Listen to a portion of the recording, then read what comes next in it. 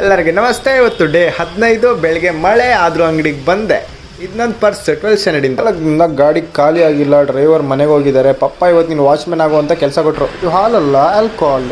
ಗಾಡಿ ಯಾಕೆ ಅನ್ಲೋಡ್ ಆಗಿಲ್ಲ ಅಂದರೆ ಇವ್ರ ಹತ್ರ ಸ್ಟಾಕ್ ತುಂಬ ಇದೆ. ಇಲ್ಲಿ ನೋಡಿ ಬಿಯರ್ ಕ್ಯಾನ್ಸ್ ಎಲ್ಲ ಟವರ್ ನಿಂತಿದೆ. ಈ ಬಿಯರ್ ಯಾರಾದರೂ ಯಾವತ್ತಾದ್ರೂ ಕುಡ್ತಿದ್ದೀರಾ?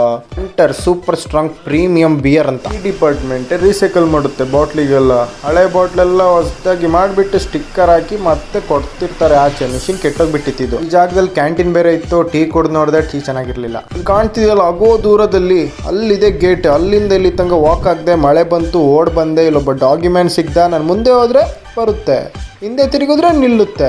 ನನ್ನ ಮೇಲೆ ಸ್ಪೈ ಇವನು ಅಂತ CBI. ಡಾಗ್ಯುಮ್ಯಾನಿಗೆ ಸ್ವಲ್ಪ ಫ್ರೈಡ್ ರೈಸ್ ಹಾಕಿದೆ. ಡಾಗ್ಯುಮ್ಯಾನ್ ತಿಂದ್ಕೊಂಡ. ಮತ್ತೆ ಡಾಗ್ಯುಮ್ಯಾನ್ ತುಂಬ ಕ್ಲೋಸ್ ಆಗಿ ಹತ್ತತ್ರ ಬಂದ್ಬಿಟ್ಟಿರೋದು ಇವ್ನು ನಂಗೆ ಗೊತ್ತು ಅಂತ.